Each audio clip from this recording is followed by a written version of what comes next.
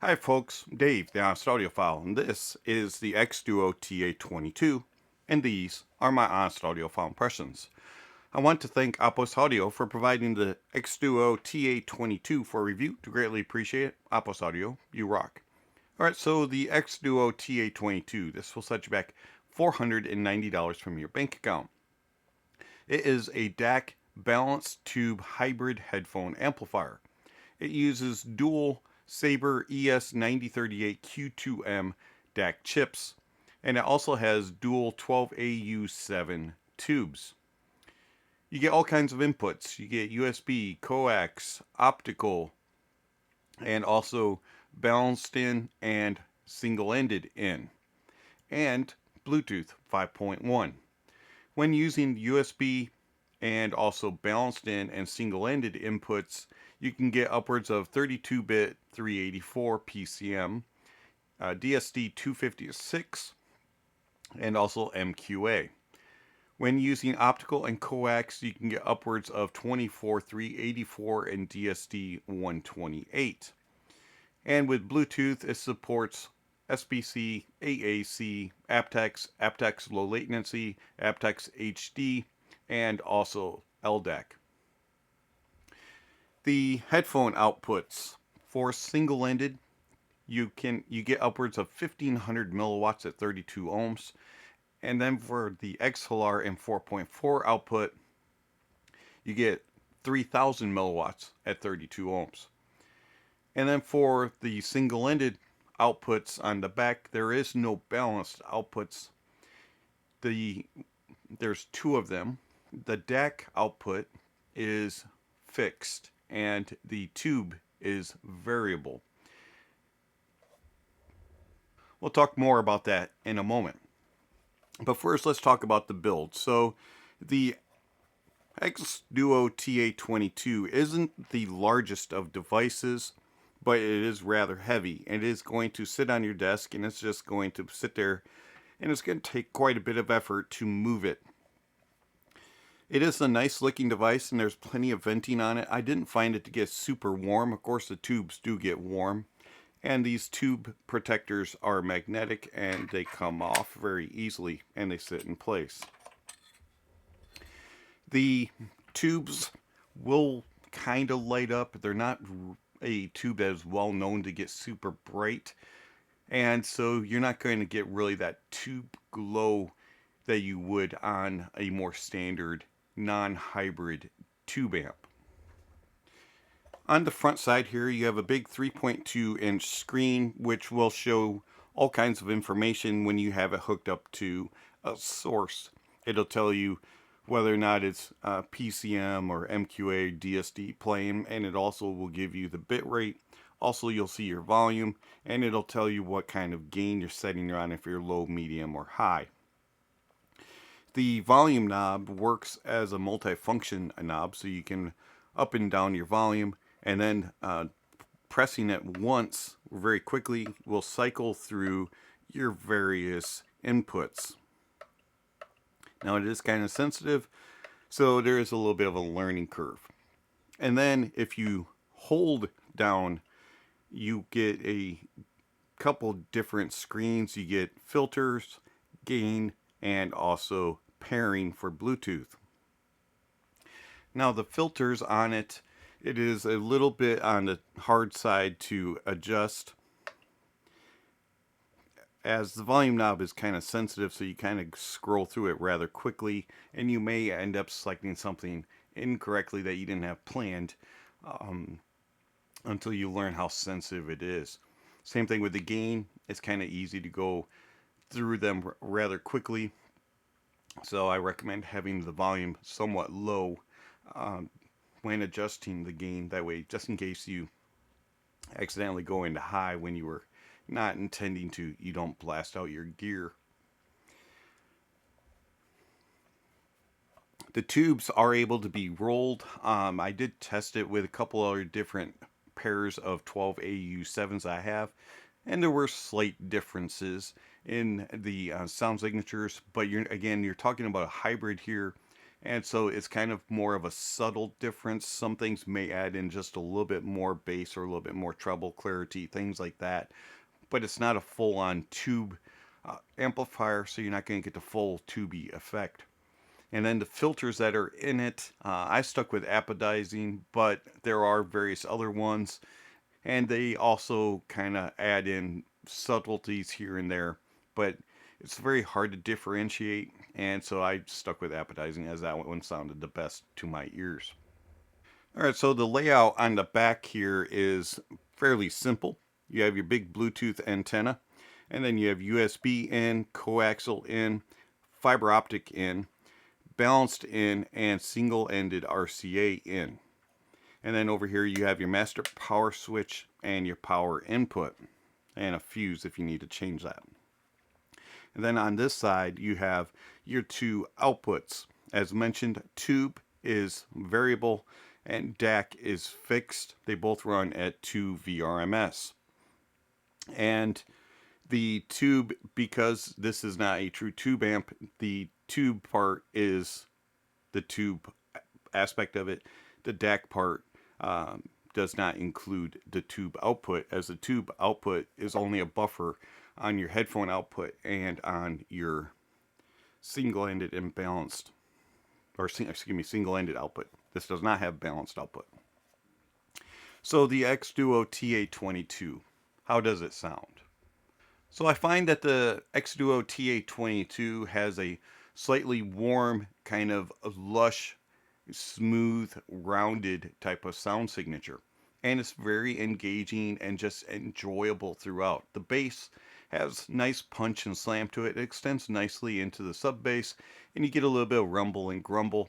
Mid bass has good punch and slam and kick, and then the upper bass is well controlled, so it doesn't bleed into the mids.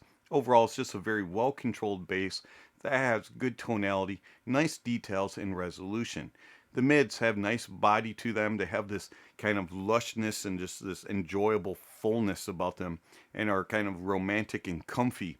And they overall just have this pleasurable tonality about them with good details and resolution. And then the treble extends nicely. There's enough crispness and bite and edge to it with good air, but it does not go into like fatigue mode. It's not super elevated, and overall throughout the treble, the mids, and the bass, there's just this comfort about it. This is relaxing type of sound signature. It's very pleasing, but yet also has good details and resolution. And even though it's not the cleanest of sound, you are talking something that has a little bit of tube emphasis in it. It still has enough there that you're not sounding veiled or congested or muffled in any way. The soundstage of the xDuoo TA-22 is very pleasurable.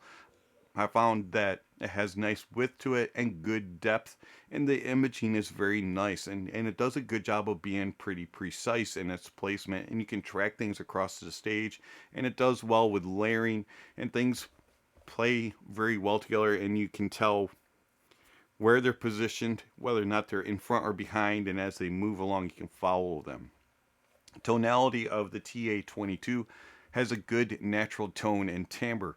Everything sounds accurate and true, and you can dissect the stages with all the various instruments and vocalists, and you can tell differences between each instrument, and you can differentiate which one is which. And then detail retrieval and resolution. For a near $500 DAC amp, it does a very good job with details and resolution, and you're not going to miss anything, and it does a good job of resolving all the information that it brings out from a track, and it has a nice presentation of directness without being piercing, without being too intense or aggressive, but it does a good job of here's your info, but yet they keep it balanced and pleasurable, and everything sounds very cohesive. When using it as DAC out into other amplifiers, it does a very good job of being clean and still portraying the same presentation, not quite as warm. Using the tube output, you get a little bit more of that warmth in, plus you have variable output, so you can have a little bit more going out. You can use it with using it as a preamp into an amplifier of some sort. So I found it's a very versatile device, whether you're using it as an all-in-one and being able to swap the tubes and maybe altering the sound slightly, or using it as a DAC out into another amplifier, or using it as a pre into another amp of some sort. And I did that with my Tor Audio Roger. I used the tube output and the DAC output going into Tor Audio Roger, and I added just a little bit more power for some headphones that I used. I did test the TA-22 on various headphones. I found that the power output being 3000 milliamps at 32 ohms is pretty good with most gear. I did find that it played best with 300 ohms and less. So anything from like HD 600, 660 S2s, Sennheiser 8XX, and then planars like Hi-Fi Sundaras, Audiophile LCD2 closed, Dan Clark Ether Cs, the Audiophile LCD5s, things like that worked very well. When I tried to run things that were a little bit more demanding and had a little bit higher ohm count, like an Audio-Technica R70X and the Barodynamic DT880 600 ohm, it struggled a little bit to push those as well. Was able to get it to volume, but you could definitely tell that they weren't quite getting what they needed to come out in their full potential. Overall, though, it is a very good device, and I was very happy and pleased with it. I don't really have any other hybrid DACs and amps to compare it to, and so it's just kind of a one-off. And, you know, I was thinking back, what have I reviewed or had in-house that was a hybrid of a DAC and amp? And the only thing that I had was a drop CTH, the Cavalli tube hybrid. And this reminds me of that a little bit, but it does seem to have more power and it is more versatile, being balanced out, and it has more outputs. And also having the dual DAC chips and the dual tubes, it seems to be more competent when it comes to clarity, detail retrieval, resolution, and just overall presentation is better. The CTH was very pleasing back in the day when I had it, but this is definitely an upgrade from it. So that's the only thing that I really have to compare it to, and fortunately I don't have the CTH in-house anymore.